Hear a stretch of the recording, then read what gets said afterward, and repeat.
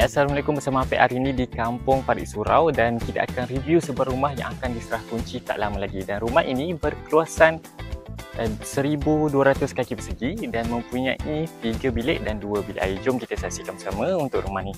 Okey. So, bahagian pertama kita berada di bahagian luar, iaitu anjung yang pertama yang berkeluasan 7x14. Okey. Inilah rupa bentuknya. Dan yang kedua, di plan lain memang kita akan bagi pintu solid kayu berbentuk S ni. Okay, ataupun nak upgrade ke pintu safety door pun boleh. Kalau nak ada rezeki lebih, kita boleh upgrade. Okay. Dan juga ini adalah ruang yang pertama, ruang tamu yang berhadapan dengan anjung tadi.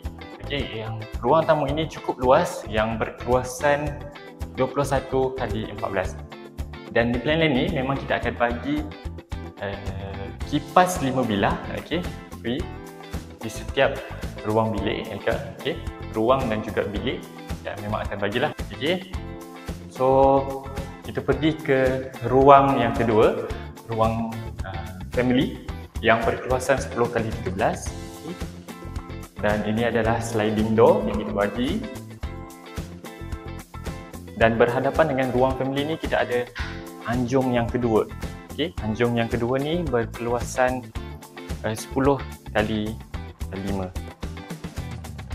Dan juga kita pergi ke bilik yang pertama, bilik master bedroom, okay, yang berkeluasan 12x12, okay. Dan berada di bilik yang pertama ni kita ada bilik air yang pertama juga yang berkeluasan 6x8, okay. Ini adalah bilik yang kedua yang memanjang, okay, 13x9. Terusnya ini adalah bilik yang ketiga, okay, yang berkeluasan 10x11. Sangat luas. Dan juga kita pergi ke ruang dapur.